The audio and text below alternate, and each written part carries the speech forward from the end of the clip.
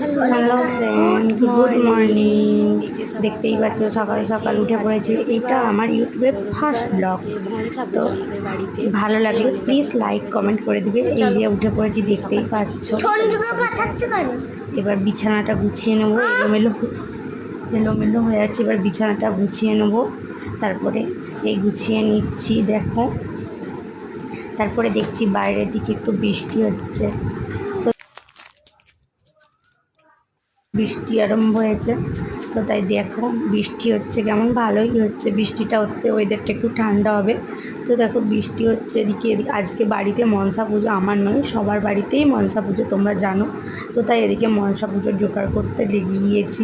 ও যাবতীয় জিনিস লাগবে। এখানে আমি ঠাকুরটাকে বসিয়ে নিয়েছি, তারপরে রান্নার প্রস্তুতি চালু করে দিয়েছি। এখানে কুমড়ো আলুর তরকারি হবে, আলু ভাজা হবে, আর ছোলার ডাল আর পরোটা।